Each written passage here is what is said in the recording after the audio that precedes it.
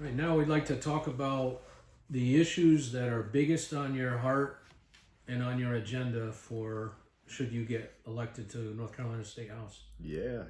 I get this question pretty often. And obviously, what drives someone into politics is something they're passionate about, right? But one thing I don't want to do is minimize what other people are passionate about in our district. So I'll tell you a couple of the issues that I have, as well as I share with others, and some things they've shared with me. So what's front and center in Cabarrus County now is obviously the tax revaluation. Yeah, Terrible, it right? is. It is. Now, what I've been proposing since 2021 is what's called a homestead exemption. And I don't know what it would be called here.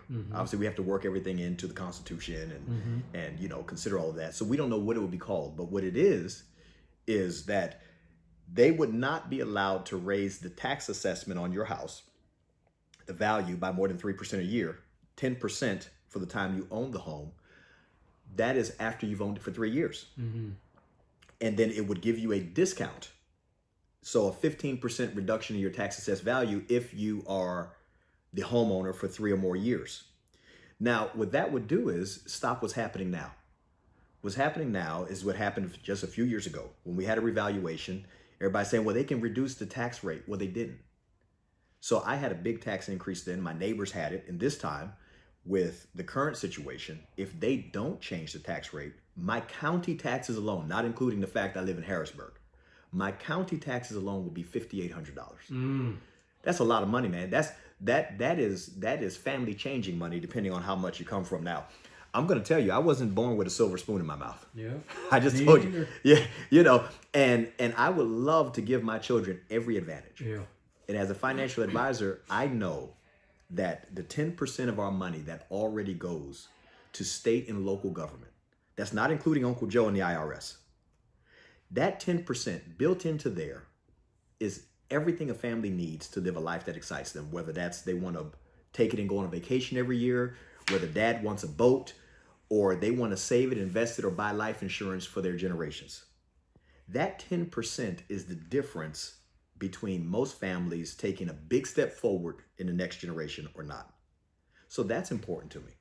Another issue is obviously the human trafficking. Yeah. People talk about it all the time. Hey, I got to interrupt. One thing to touch on in the taxes. The reason I moved into Cabarrus County back in '98 was it had the lowest tax rate, I believe, in the state, the county. Okay. And now we're higher than Mecklenburg County, which Yes. is like pulling your hair out. Why? Yes. Okay. Before we continue into your next subject, is there anything you want to say as to why our taxes went up that high, and or what do you see big waste going on, which I know there is all the time in government. So you want to touch on that before we go into human trafficking? Well, I'll tell you this.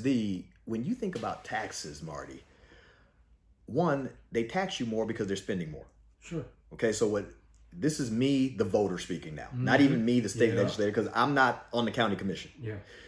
Me, the voter, I feel like so much of what we spend money on in Cabarrus County is for people who don't live here yet. It's like, stop spending our money on perfume to attract more people, right? And they say, hey, well, we need jobs. And we do need jobs, right? But so much of the money that is spent seems to be spent on people who don't live here yet. So we're being taxed as the residents, and we're not really getting a great big benefit. And I love the parks and I love all of that, okay? But if you take the percentage of Cabarrus County residents that use the parks, right. it's important, but I think that, not everybody's taking advantage of it, but everybody's paying for it. Yeah. So you have tax and spend policies, which that's a very liberal philosophy. Now, what occurs in the tax rate, they raised it a few years back, and they've continued raising it. But this is what they do with the revaluation. Instead of sitting on that dais, looking us in the face and say, we're raising your taxes, they blame the revaluation. Well, property values have gone up. Well, they have, but I'm not selling. You're taxing me for a value that I'm not participating in, right? And so what a homestead exemption does is it forces our county commissioners, our city officials, if you're going to raise taxes, sit up there on that dais, look me in the face and say, I want more of your money. But don't take the cowardice way out to say, well, it's just the revaluation is really not us. which is what they do because they don't want to lose elections. Yep. You raise taxes and people are going to challenge you come election time, right? So they're masters of raising taxes when they don't have to campaign in a couple of years, for a couple of years. So yeah, that's big time. But that's why we moved here. We were in South Florida, the tax rate off the chain. HOAs, I don't remember what our taxes were, but I could tell you between the HOA and the, this is South Florida, so thank God we're not that, but they act like they want to be. Between the HOAs and the taxes, we spent about $1,200 a month. Yeah. Easy. Yeah. That's before you buy milk, my friend. Yep. Right? Yep. And that's what Cabarrus County is slowly becoming like. Yeah. And it's really terrible. And just as a comparison, we had moved into Union County. We had a Marshville address, but we lived closer to New Salem. We had 6 acres and about a 3,000 square foot old house. We were paying $500 a year for our taxes on that property. Yeah.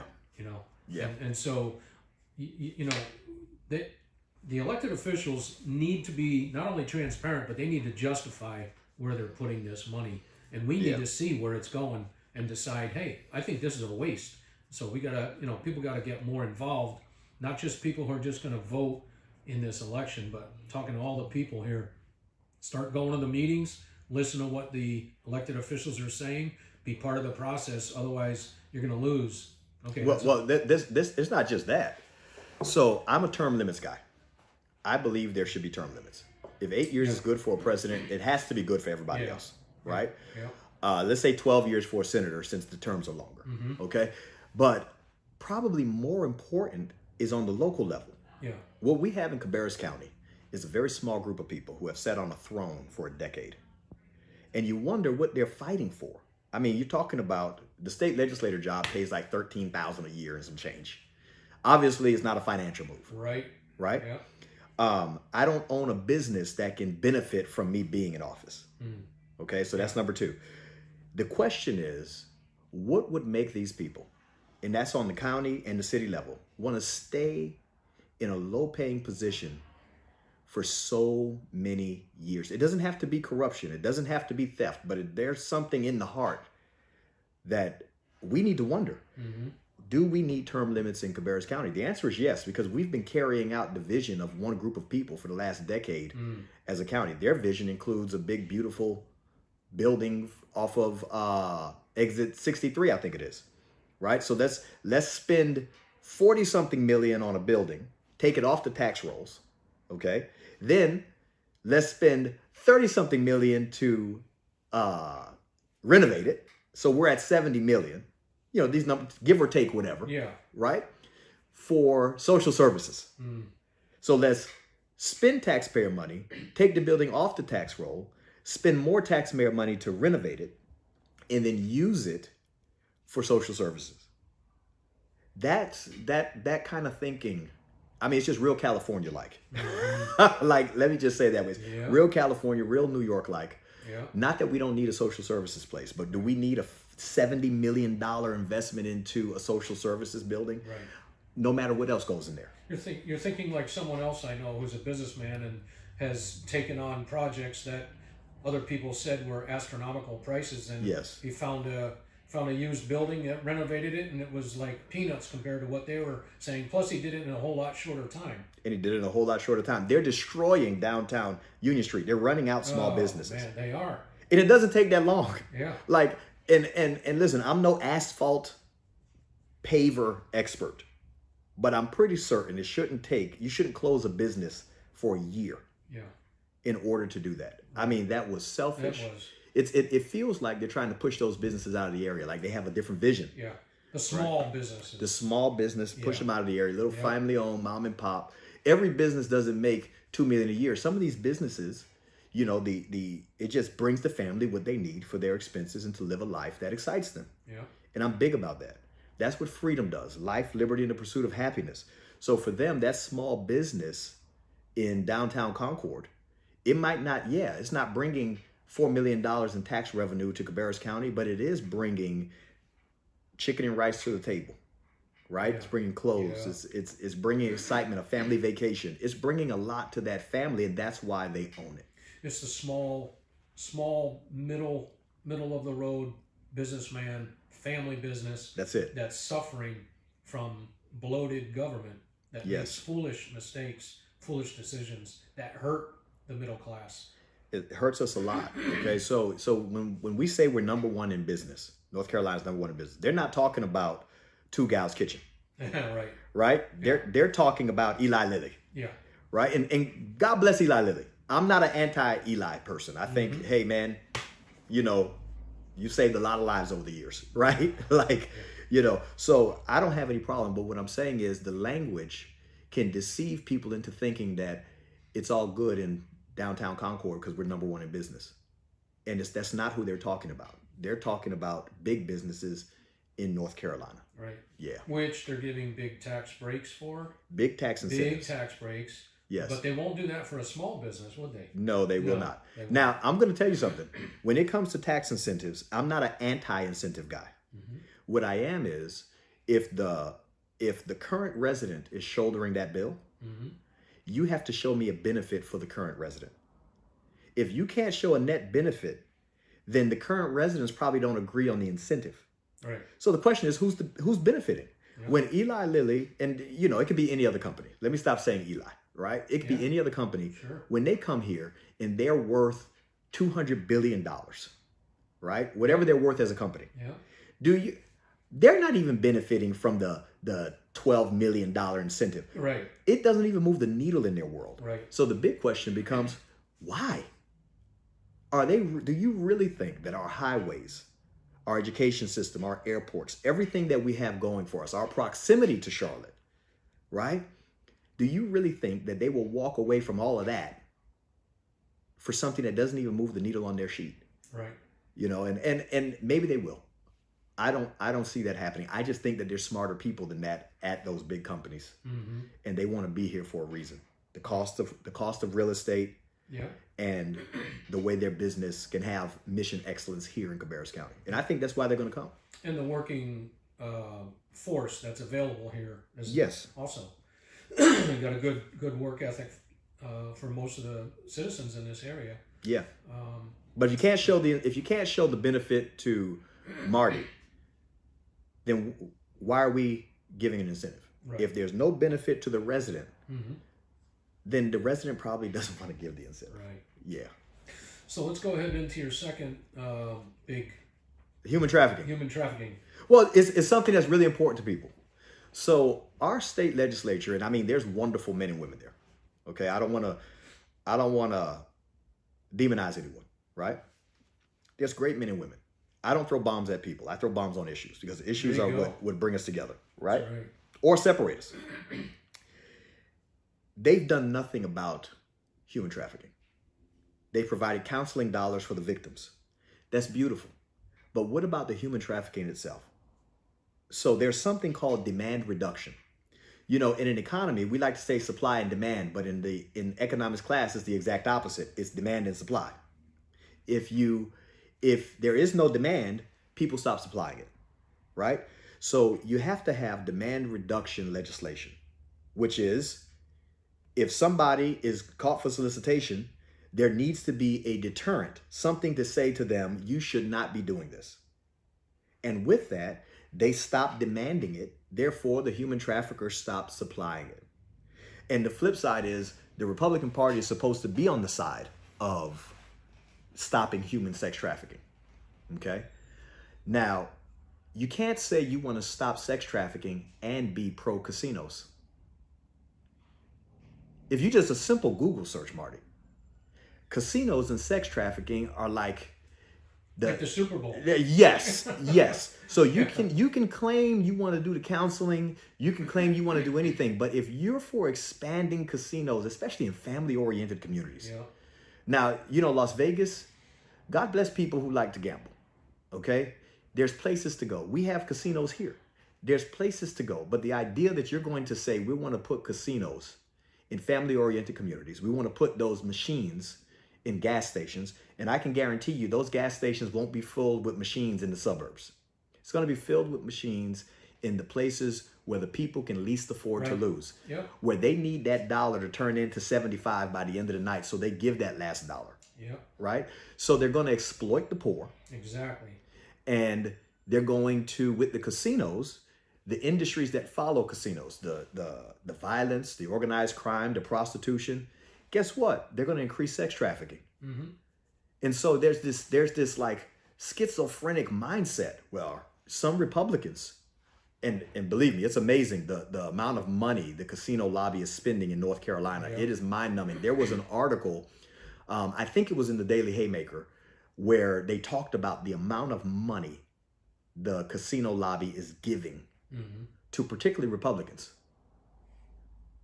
And it is mind-blowing. And they almost got it through because they tried to use deceptive tactics, right? So the human sex trafficking, you need demand reduction. But at the same time, you can't be in the peripherals doing things that are going to cause human sex trafficking to increase. You know? Yeah, and increased penalties for those who are utilizing the services would be. Do you have any specifics you'd like to share, or any ideas, or would you like to hold off on that? Well, on how you could make the supply less available? You know, there's some really smart people in Raleigh who I'm going to speak to about that. Yeah. But when I speak to the typical man, okay, because most of the time it's men, right? When I speak to the typical guy, he can't afford to not be at work for 30 days. There you go. Yeah. So if you have a mandatory minimum on solicitation, that can be life altering. Yeah. You can recover. Yeah. But 30 days is not the same as getting a citation and leaving and being back to work on Monday. Yeah. So a man in that situation they will think a lot longer about taking the risk. Yeah. Because getting caught means 30 days away from your family. Maybe if you're married, they didn't know. 30 days away from work. You lose your job. Yeah. And then you have to tell them all you're in jail. Yeah. Then they all go look and they can see why. So it becomes, even public shame would begin to deter them. Sure. Right? So that's one of the ways to reduce demand. Is just make it too expensive. Yeah. And I like your idea about, well, just your expose on the gambling, even the lottery, if you want to put it that way. The lottery is basically trying to brainwash people into thinking, oh, you don't have to work. You know, if you get this much money, you will be okay. You'll never have to work again. And in reality, 98 to 99% of all the people that ever win a lottery end up totally bankrupt because, first of all, let's say you win $1 million. Well, first of all, what are the taxes on that? It's like 50%, right? I don't know what the lottery taxes are. I don't know any lottery winners. They're really high. So that money goes right back into the state. Yes. That's got it. And let's put it this way. Do we have transparency on where all that money really is and where it's going? No. No, we do not. They claim when they come out with this is for the education lottery. But boy, I'll tell you one thing I've learned is the percentage to the education to schools actually starts going down once it's implemented. And where is that money really going? So that's another whole issue. Where's it going? Yeah. It's a terrible situation. Well, this is the situation. It's why a guy like me runs for office. Okay? Here we are, we the people. There is another group called They the Establishment. And what they do is they like to throw red meat to us like we're animals. What is it? What is red meat. They the establishment. Oh, they the establishment. Yes, that's the other group. So it's we the people, they the establishment. There you go.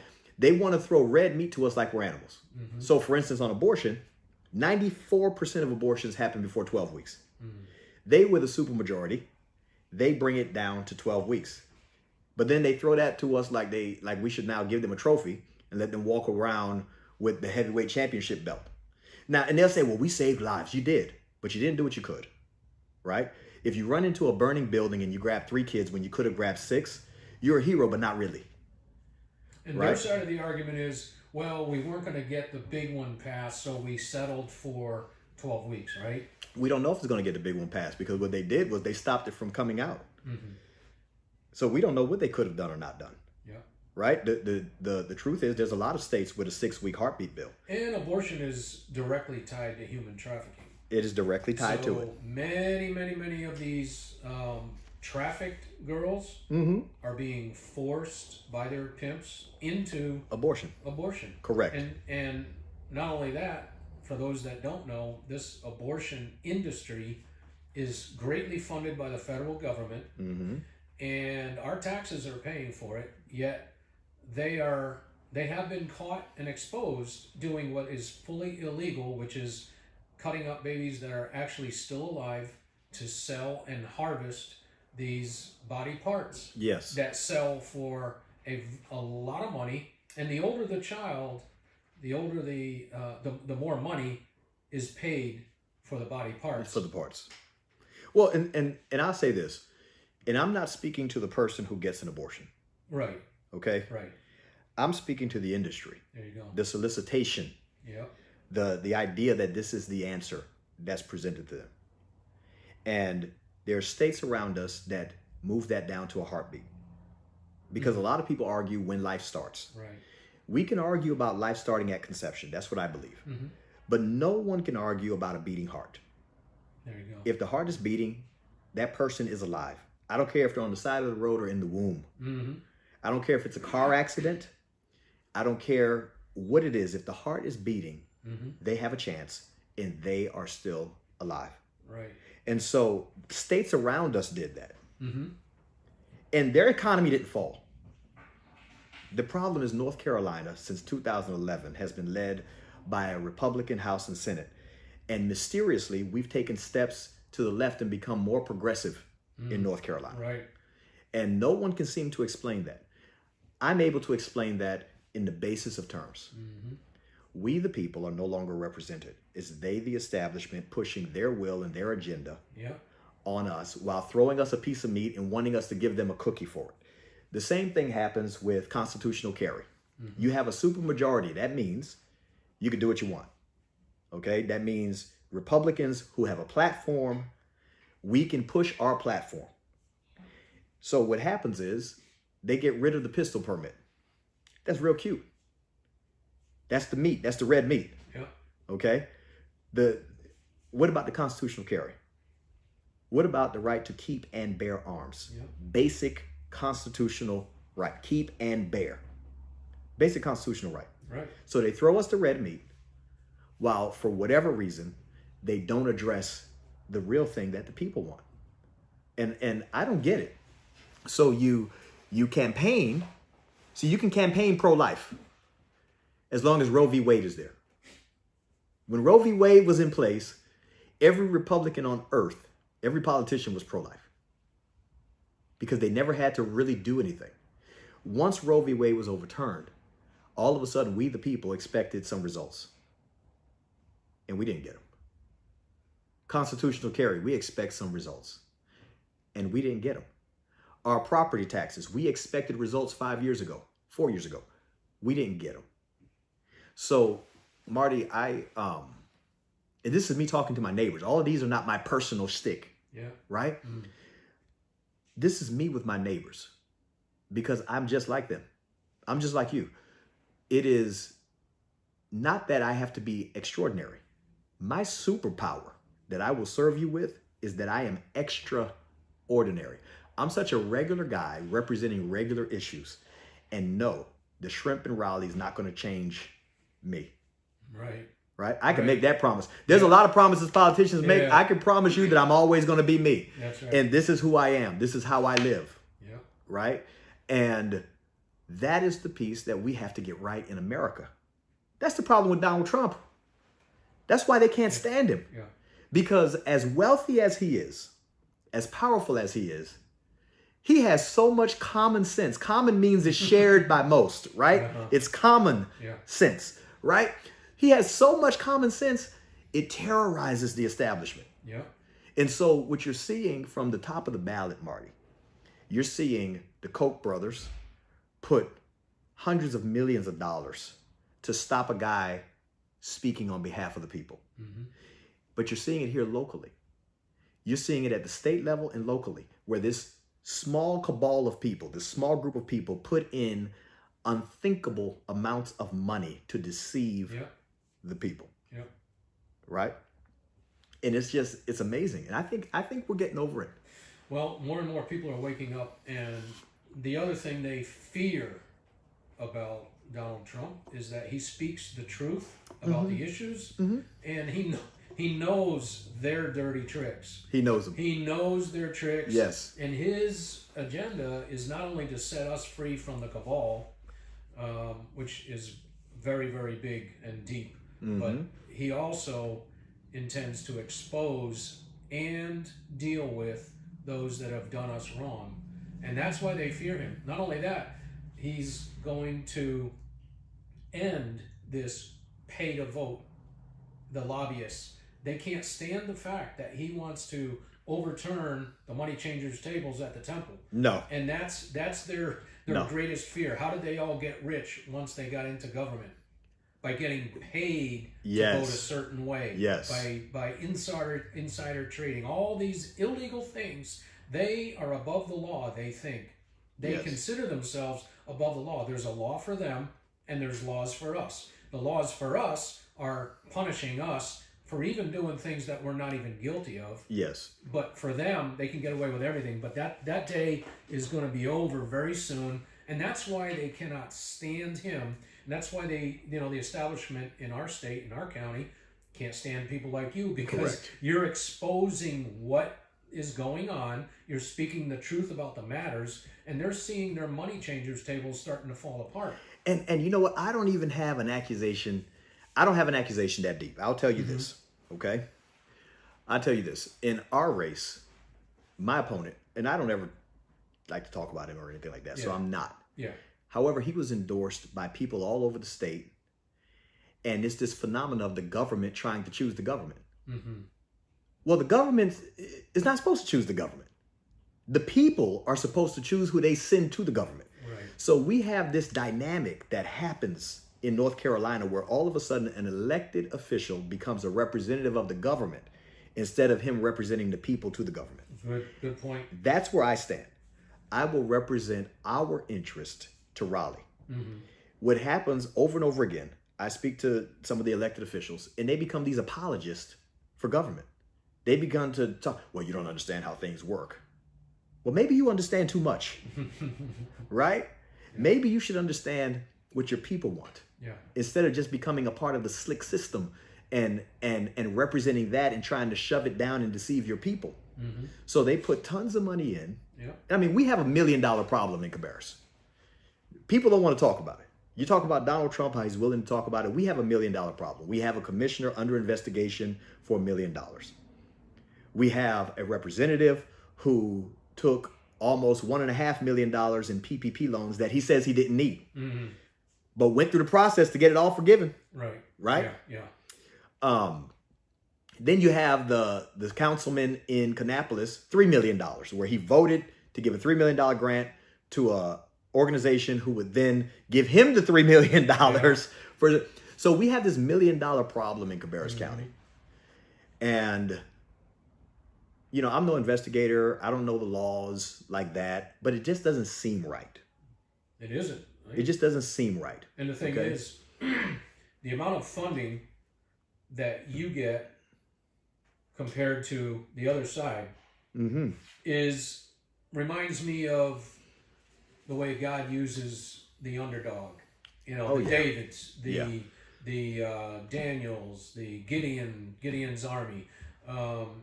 With man, these things are impossible, but with God, all things are possible. Yes. And when you have the Lord on your side, that's what makes the difference, in my opinion. Little things become important. Little people become important. Yes. The average person becomes important because God can use anybody, and he's only looking for people that are humble, willing to serve rather than be served. Yes. And that's one of the big distinctions in government today.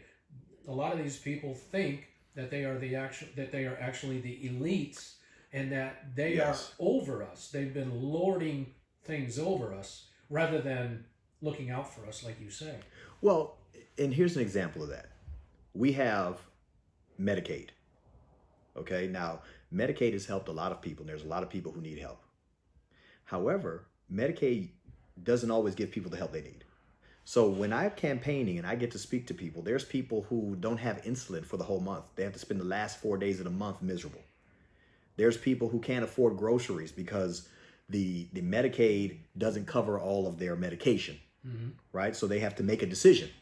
So then in the last session, they voted to expand Medicaid, which is Obamacare, socialized medicine. They call it all different kind of fancy names to try to figure out how they're going to get the America First patriot to accept it. Yeah. Right? So they expand it. So they expand something that is already insufficient. And then they want a cookie.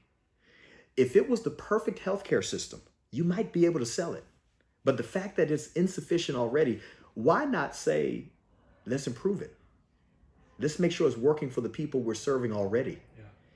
But they don't, that would be too much common sense, right? Why not say, we're not going to buy into the system? The reason so many people don't have health insurance is because Obamacare destroyed the industry.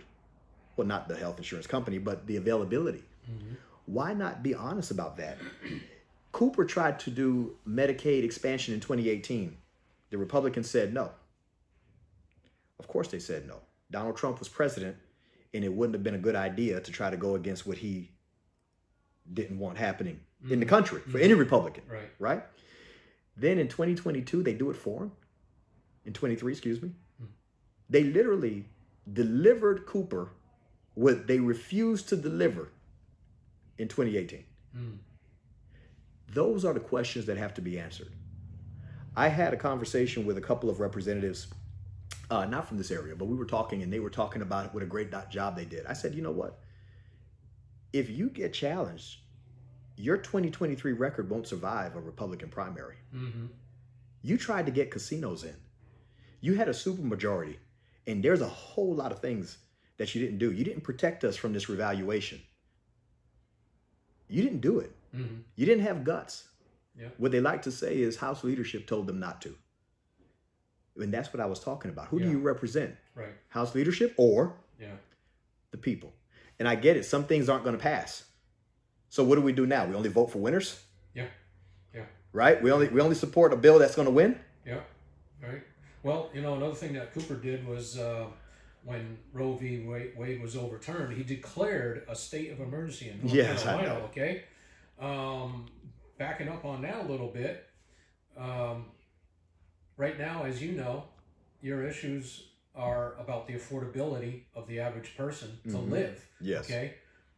In my opinion, taxing food and clothing, first of all, should be, you know, Cooper should just declare a state of emergency for the average working person in North Carolina and stop all taxes on food and clothing as a start, and labor even. Stop. There shouldn't have been taxes on labor to begin with.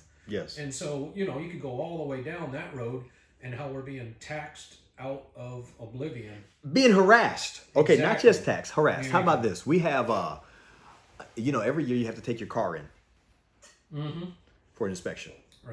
And ask daddy if you can still drive your car. ask mama government, daddy government, if you can still drive your car. And if your windows are tinted good enough. Right? Well, how about just tell me to send you $35? Don't make me go sit there. Don't make me go in. Just tell me, send me $35. Because we live under a constant pressure from our progressive government. A constant pressure. Taxed at every turn. Exactly. That's why 10% of our money goes away. So they pushed us all to the electric industry, the electric car. And I love them. My wife has a Tesla. It's good if you're driving around Harrisburg. It's not good if you got to drive to Greensboro, right? But she loves it. Well, it was saving on gas. So what do? They want to increase the cost of electricity. Then after that, they want to increase the taxes on the electric car because you're not paying fuel taxes because you're not buying fuel.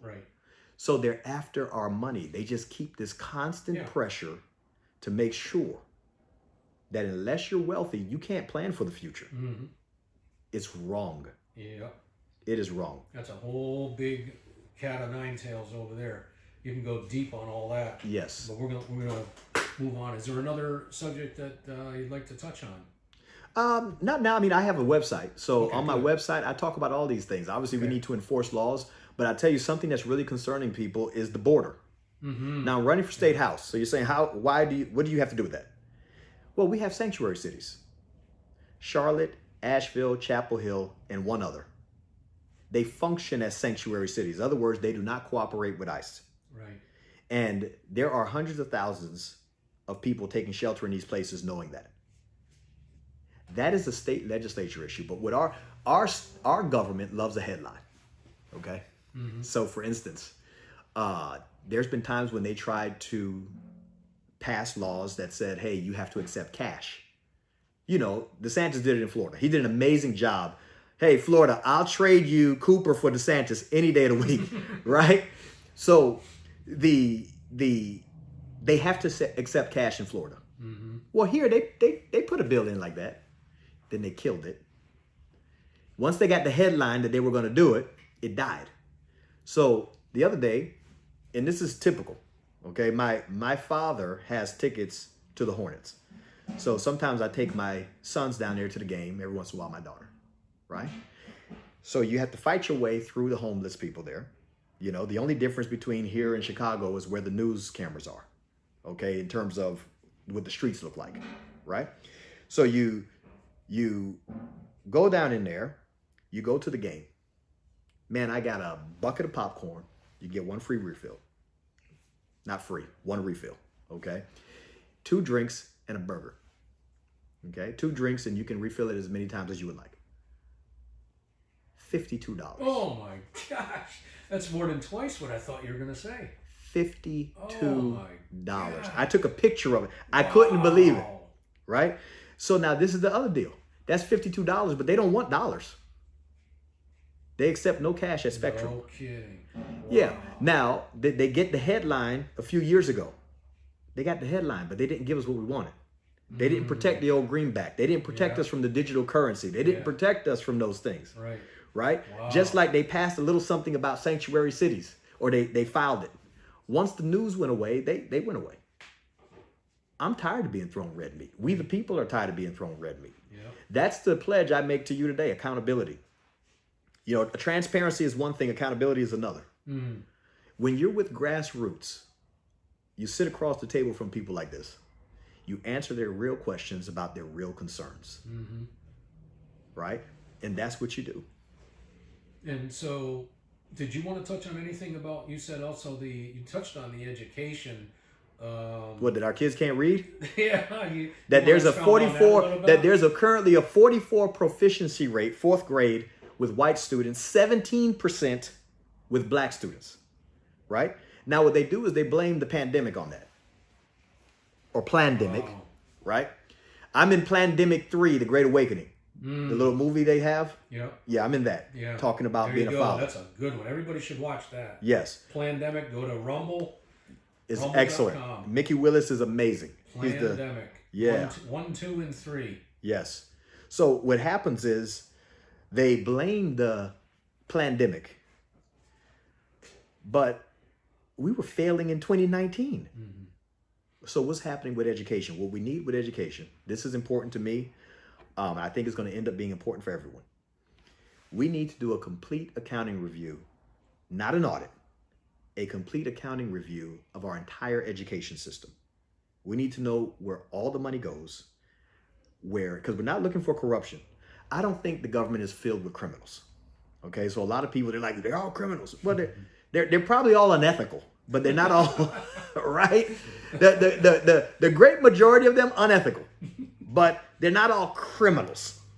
Okay, so what happens is we look for inefficiencies in the spending. Let's call it that, inefficiencies, right? And we recapture that money and we redeploy it to teacher salaries. Now, the truth is teachers don't get paid much in North Carolina compared to other states. Right. The other truth is, depending on where you live, your teacher salary is like high. So there's one county, I think the average teacher salary is $52,000. The average salary in the county is $38,000. So that represents in Cabarrus County. No, not Cabarrus, Oh. in one county. So Okay. it's I think it's Rutherford County. Don't quote me on exactly which county it is, but Yeah. the representative was explaining to me why the teacher pay is not a big issue there, because the teachers there are they're the ones who are really well off. Right. Right. But Cabarrus County is No, the not like average that. is Yeah. what? Do you know? I don't know. Don't make me give you an exact figure because I'll probably I'll round it, I'll approximate it, but it won't be accurate. Yeah. But what we do is we recapture that money and then we redeploy it. Now, we have to compensate teachers like professionals. I get it.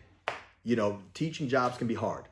Me, I'm not a ditch digger. You give me $300,000, I'll dig your ditch. So yes, the salary has to be worth it for the person to show up day after day. Mm-hmm. So yeah, we do have to compensate teachers. I know that's not a big Republican Party issue, but I think it's big for our society. Yeah. You have to compensate the people who are going to educate our future generation. And we also have to make sure they're educated in reading, writing, math, science, right? We have to make sure they're educated. I don't need the teacher to be the friend of my child, which is this big thing. I think there was someone on the school board gave a speech about how the school that he's at is not a failing school because they connect with students. Well, listen, man, I don't care how well you clean my driveway if I paid you to cut the grass. Yeah. Yeah. Okay.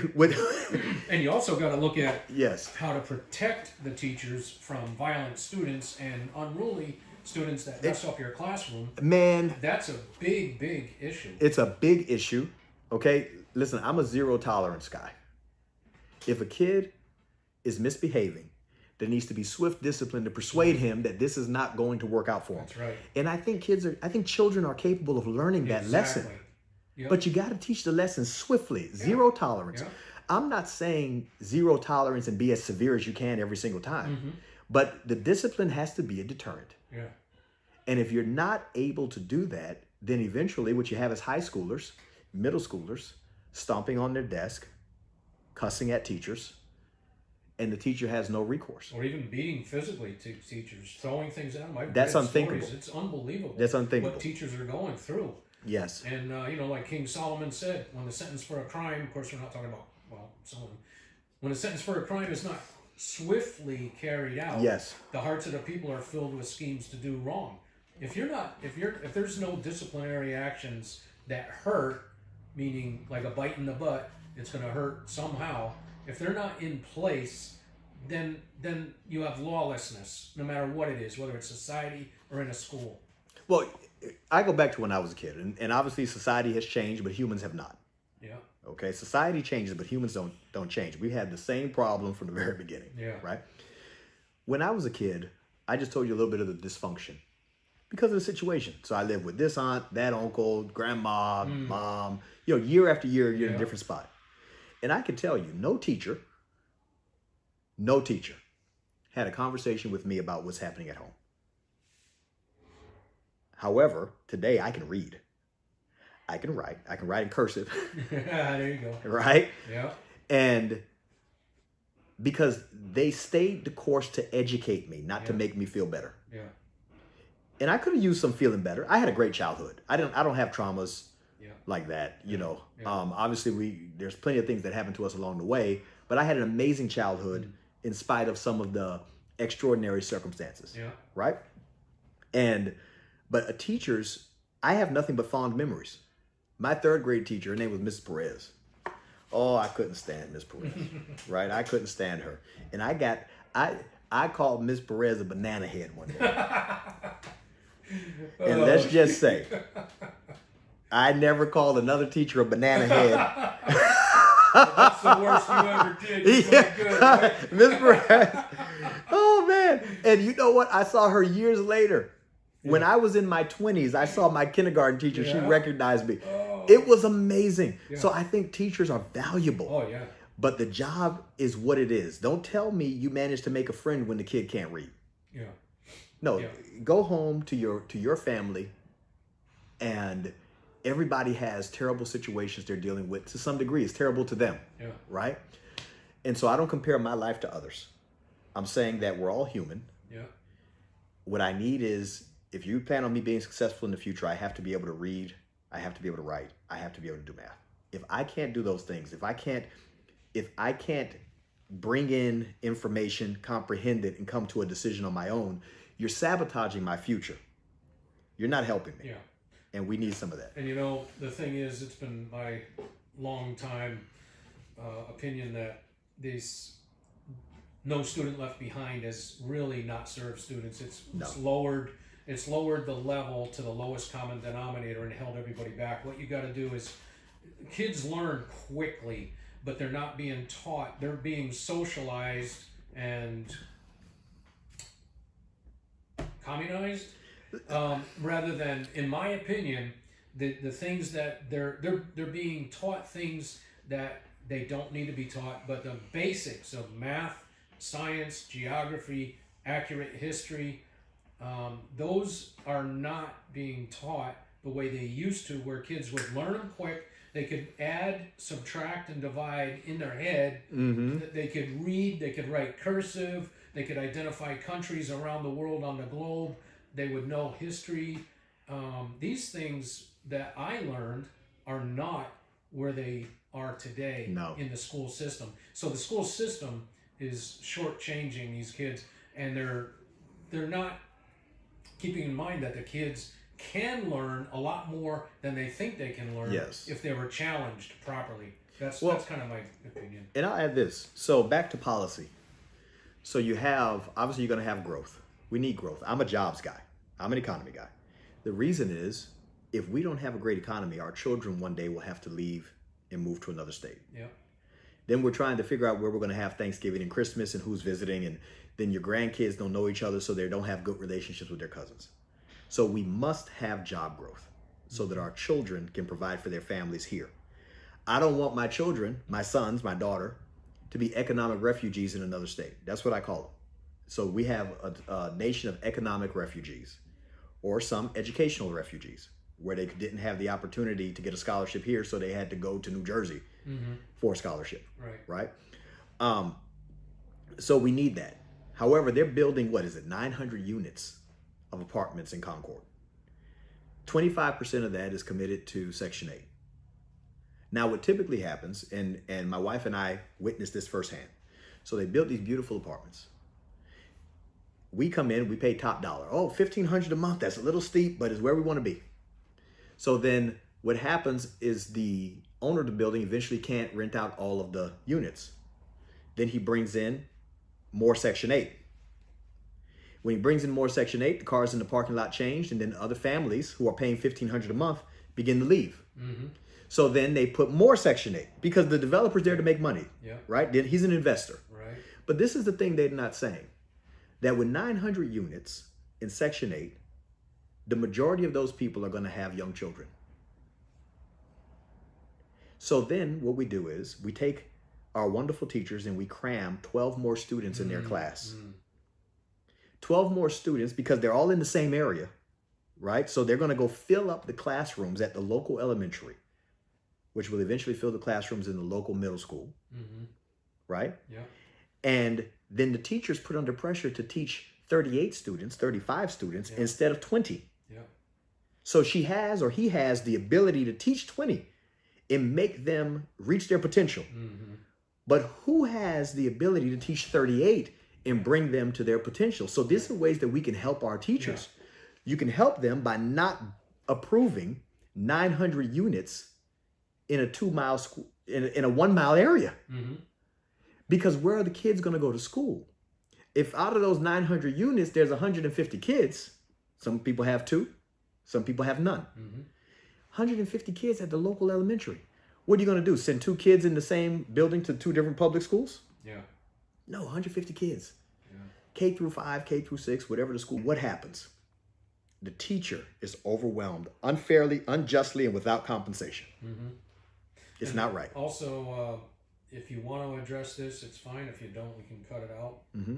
But it's my opinion that this sex education and the way it's being done with kids lower and lower in age, all the way down to kindergarten now, in my opinion, it's grooming them to be sexually active way earlier. And this is presenting a huge problem of having kids earlier, out of wedlock, abortions early, all kinds of issues where these poor kids are being brainwashed, are being put, the poison is being put in their minds. Kids were never meant to learn all about this, not just sex, but deviant activities. Deviant activity. Well, let me say this, okay? So I know it's going to sound a little silly, but it's not. So this whole party started with two people in a garden, Adam and Eve, right? The whole party started with two people in a garden. Since that day, humans have figured out how to have sex. Every one of us is here because someone figured out how to have sex. Your grandparents were on earth because their parents, your great-grandparents, were having sex. There you go. Why the sudden urgency to make it an official lesson, K through 12 or whatever it is? I'm not talking about anatomy. There you go. We all had anatomy. Right. We understood the organs. Yeah. Man, I never had a sexual conversation with a teacher in my life. Yeah. Right? Yeah. And everybody figured it out. Some people, I mean, we didn't all figure it out the same way, but everybody figures it out. So what's the sudden urgency to come after our children, to put that deviance in them, to, as the Bible says, to awaken love before it's time? There you go. Why would they? So for me, it's not. I just don't understand. Yeah. I'll tell you a story. My son is now 16. He just got his driver's license. He's an amazing young man. 4.2 GPA. Okay. Wow. Plays football for a Christian school, all county, in the 10th grade. Amazing athlete. Just a good kid. Right? So my wife and I are talking. We have to have the talk, my son and I. So I'm riding down the street with him. And most people would agree I'm a pretty bold guy. Yeah. I'm willing to just say what needs to be said. Yeah. So I'm riding down the street and I say, well, son, he was 15 at the time. Not too many people would share a story like this now. No, I'm going to tell you. And yeah, exactly, right? But it's hilarious. It was one of the greatest defeats in my life, right? So I'm riding down the street.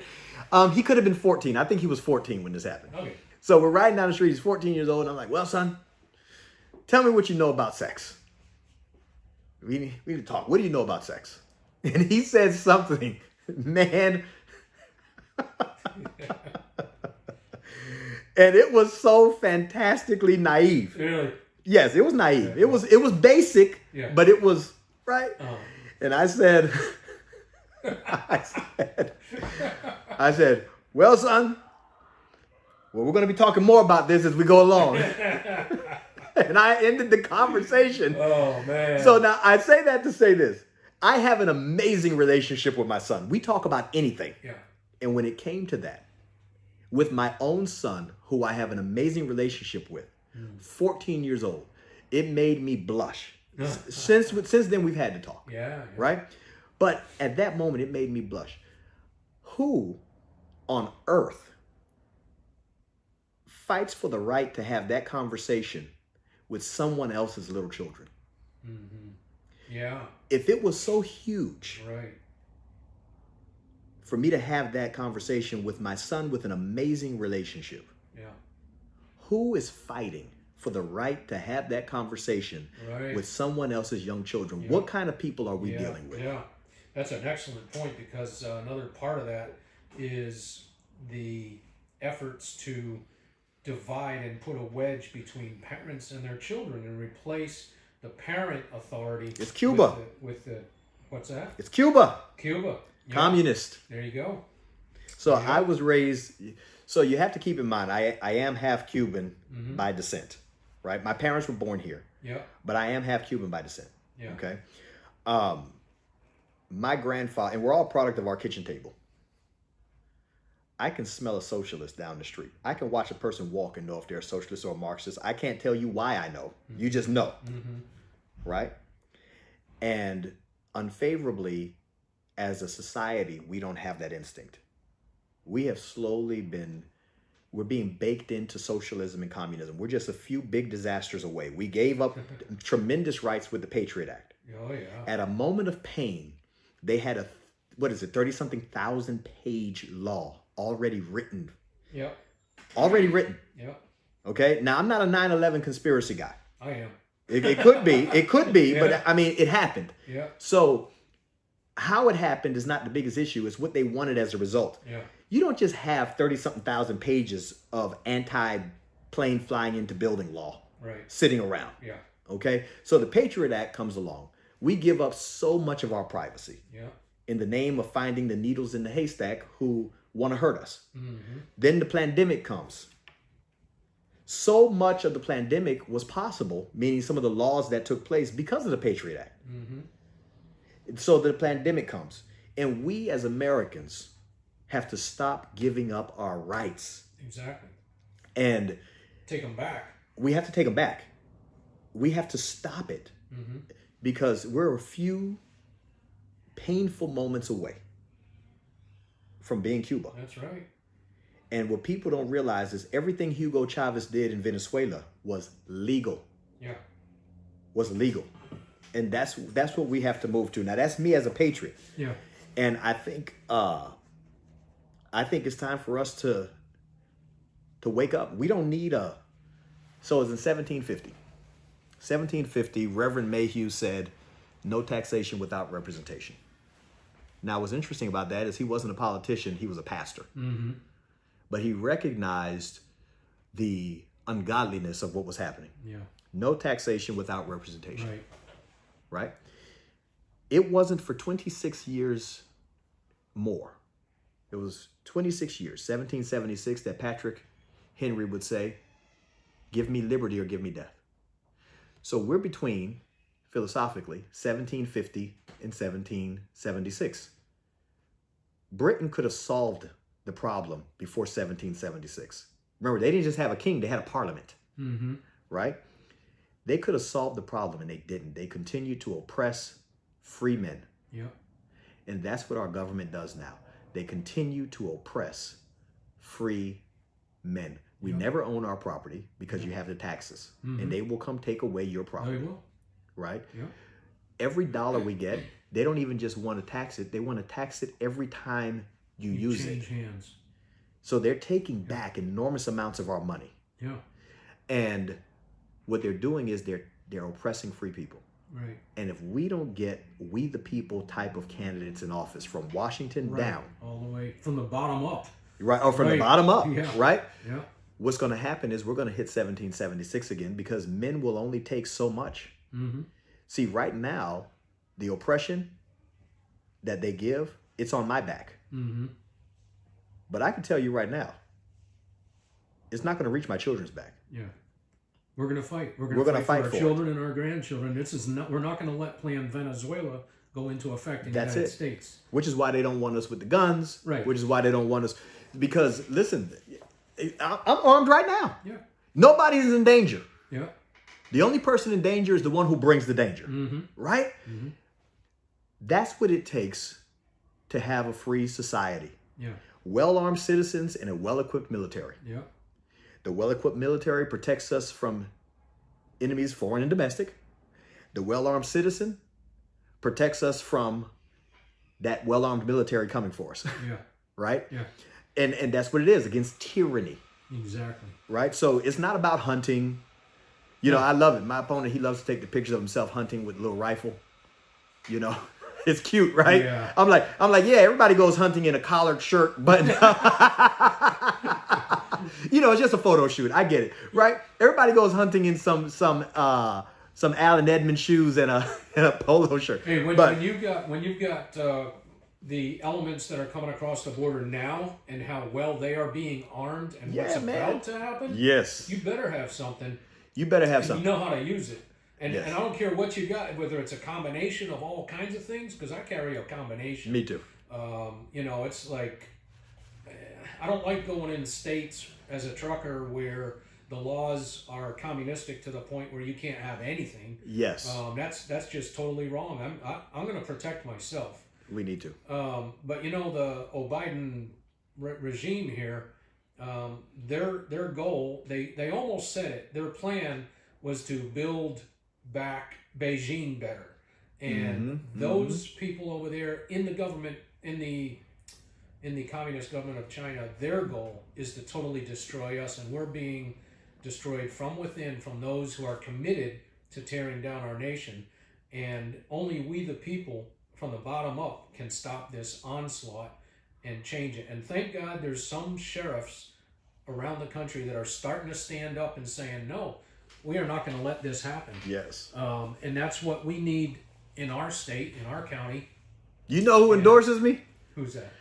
You know, Joe Arpaio, America's toughest sheriff. Oh, yeah, he endorses me. Yeah. Oh, I didn't know that. Oh yeah, we've had amazing conversation, hours that is of talking. Great.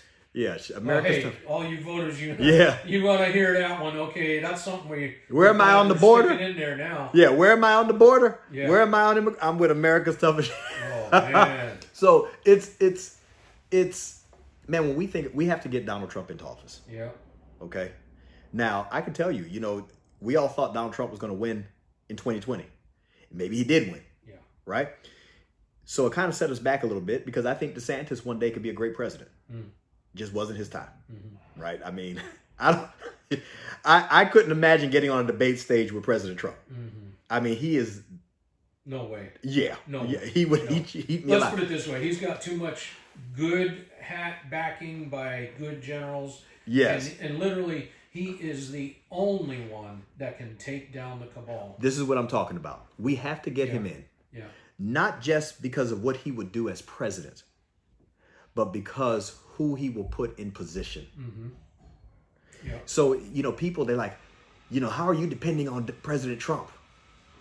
In a variety of ways, but it's because of who is going to come into our government with him. And that, the way you clean up the bureaucracy is the right FBI director, the right director of the health, the right director of CIA, and they go through, they clean house, the right director at the IRS. You go through and you clean house. That's how you do it peacefully. There you go. Good point. That's the way we do it peacefully. Yeah. And I think that we're going to succeed. Oh, we are. America. I know we are. Yeah. We've been through. So when I think about this great country, and I say great because I'm here and it's treated me well, right? I don't mean great in theory. I mean, I've lived an amazing life. I've been to all 50 states. I've been to all of the capitals.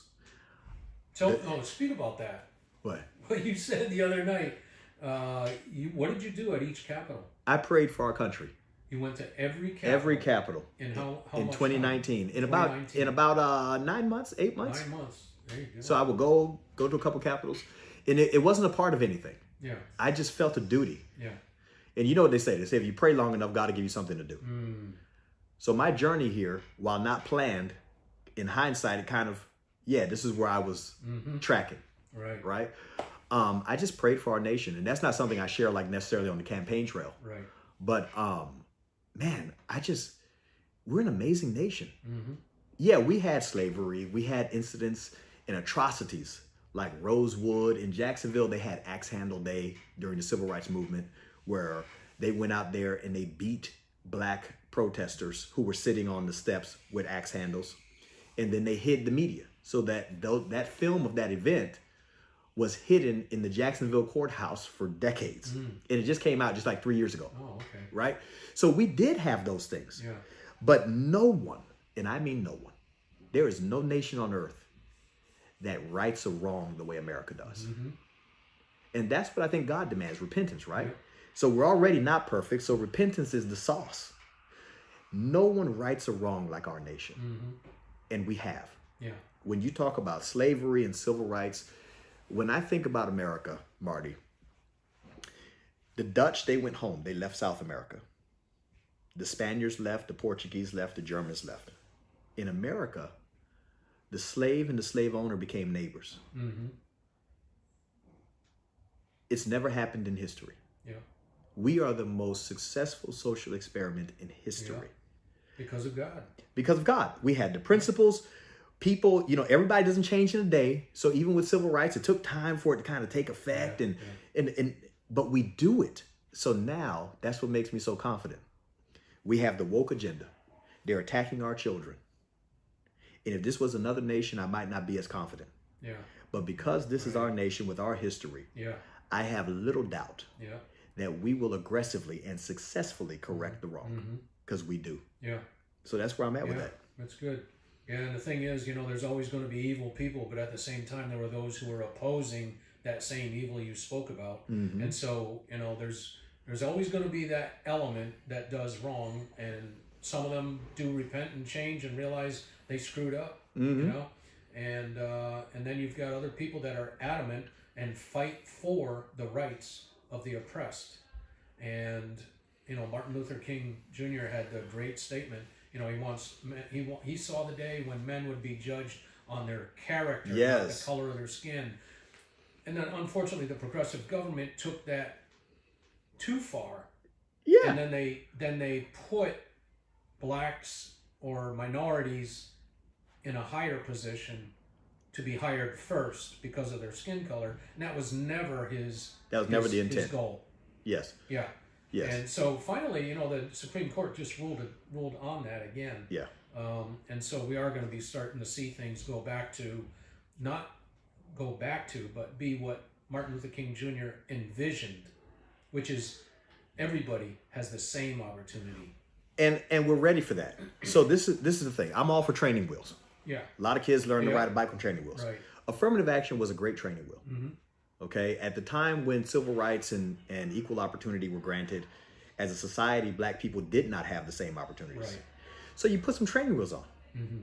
But when you don't need them, you got to be brave enough to take them off eventually. Yeah. And it's been long overdue for those training wheels to come off. And now they're off. And guess what? Black people still have jobs. Yeah. Black people are still opening businesses. We're buying houses. We're getting promotions. We no longer need training wheels. Right. We're about equal opportunity. Yeah. And now, in our society, we have that. We did have redlining. We don't now. Right? Yeah. Like, you couldn't buy life insurance. You can now. It was time for those training wheels to come off. Yeah. And let's move forward with that victory. Right. Once again, we righted a wrong like no other nation can do it. Right. And that's where we are. Same thing with unions, right? So unions, when they first came around, they had a real purpose. But now what do? They just drive up the cost of things. Exactly. Yeah. You know. I've had my exposure with that quite a bit in trucking, let me tell you. Yeah. They're trying hard to get them here. Yeah. Yeah, they're trying hard. Yeah. So, well, I think we've covered just about everything, unless there's anything else you want to say. Yeah, I'd like to talk about my imperfect life. Sure. Yeah, you know, I'm a Christian. Yeah. So what happens is the fact that I need a savior doesn't bother me. Politicians try to become these superheroes. You know, they have this polished life, this public persona. No, I invite people to my house, and what you see is what you get. Okay. So I guess when we talk about some of the lies that came out about me, which I'm flattered that they think it takes that to beat me, but they shouldn't. You know, I gotta say this before you continue. Yeah. Those flyers that came in the mail. Yeah. I could not believe the depth of dirt that looked like, and the name of who put it out. Yeah. Was so hard to find on there. I'm like, who the heck put this out? And it was really low. I'm talking, that's dirt. It was dirt and it was deceptive. Yeah, very. Okay, let me tell you. So what happens is so I filed bankruptcy in 2009. Okay? My bankruptcy is public record. We've been talking about it since 2021 when I announced for office. Okay, so it's not like there's a secret here. Right. What was not in my bankruptcy is being irresponsible or defrauding anyone. Right? That's not there. I think there was $3,600 in credit card, $3,600. Okay. Obviously, we don't have an irresponsible guy here. Yeah. Okay. Yeah. So it's interesting that they try to say I didn't pay my taxes. Never a part of the bankruptcy. I put my tax record online because they're willing to bold-faced lie. Yeah.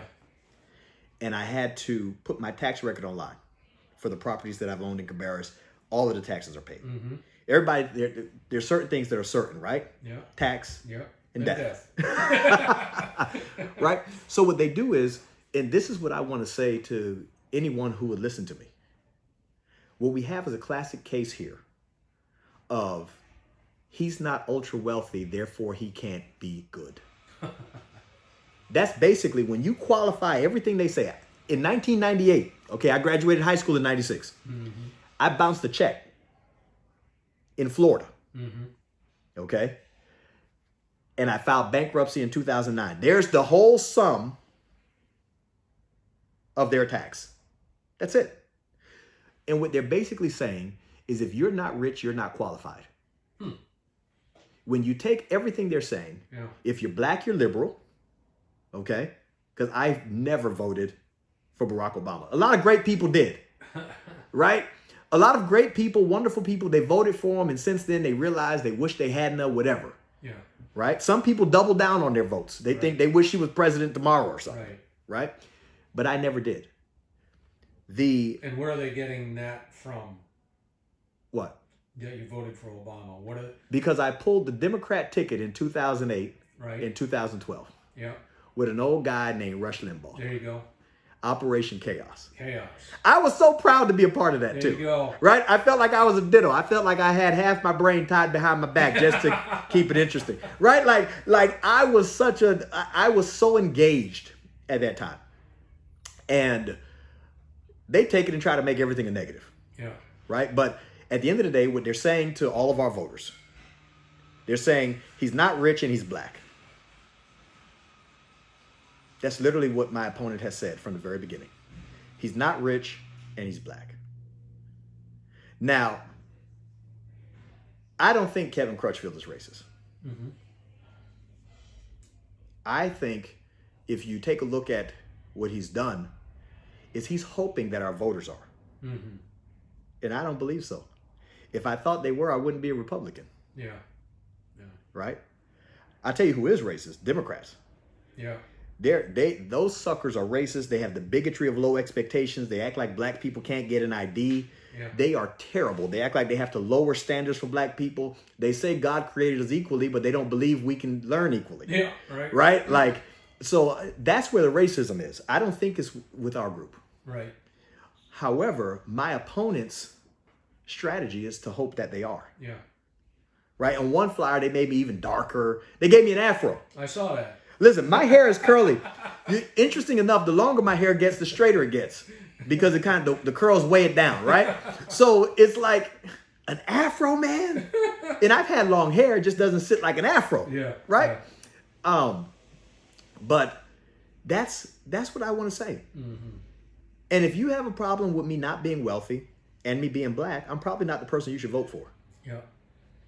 But if you want someone who's going to be like you, one of you, to go there and represent you, because every decision I make will directly impact my family, then yeah, I'm we the people. I am us. Yeah. And that's why they have to create a different candidate. See, now, you're what is the difference between a politician and a statesman? Mm-hmm. A statesman is there to speak for what's right and represent the people. A politician is in there to advance himself and get a name for himself and be in the good old boys club. And we're tired of the good old boys club. We are tired of it. We're going to end that.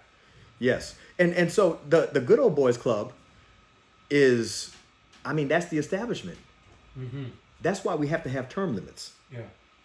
We have to have term limits because I'll tell you this. If you've been there for 8 years and you accomplished what you went there to do, then you should go home. You're finished. Yeah. If you've been there for 8 years and you haven't accomplished what you went there to do, you should go home. You can't get it done. Yeah. After that, it's all about self-preservation, keeping the favors, paying the tab of the people who funded you before. Yeah. And I disagree with it. We need term limits at every level of government. Yeah. And it's I mean, I love being us. Yeah. Man, I get around. Everybody comes to my house for coffee. I'm a coffee guy. Mm-hmm. We're here at Allegiant Coffee. I love Rocky River. Yeah. I'm everything coffee. I drink coffee all day. There you go. Right? That's why I'm up at 3 a.m. But the I love our community. Mm-hmm. And they've embraced me. And the idea, well, first of all, the trashy mindset it takes to say someone is not rich and they're black. Yeah. I don't know who came up with that. I do know my opponent approved it. Uh-huh. But I don't believe he's racist. I don't. Yeah. I don't. People, they just to go to any level to try to stomp on the opponent, and that just shows a lack of integrity, in my opinion. That's from me. But the other part Yes. is, someone who's not rich and not a politician reminds me of Davy Crockett. He went Yes. into the legislature in Kentucky, and they did not like him one bit. He did not play their game. He represented the people. He got fed up after one term. He got out of there. People kept begging him to go back, and he went back and did one more term, and he just despised the whole establishment, the way it worked, even back then. Yes. And it's so much worse now. But we can take it back, and we will. We will. And there's great candidates. I mean, I love Jonathan Alman.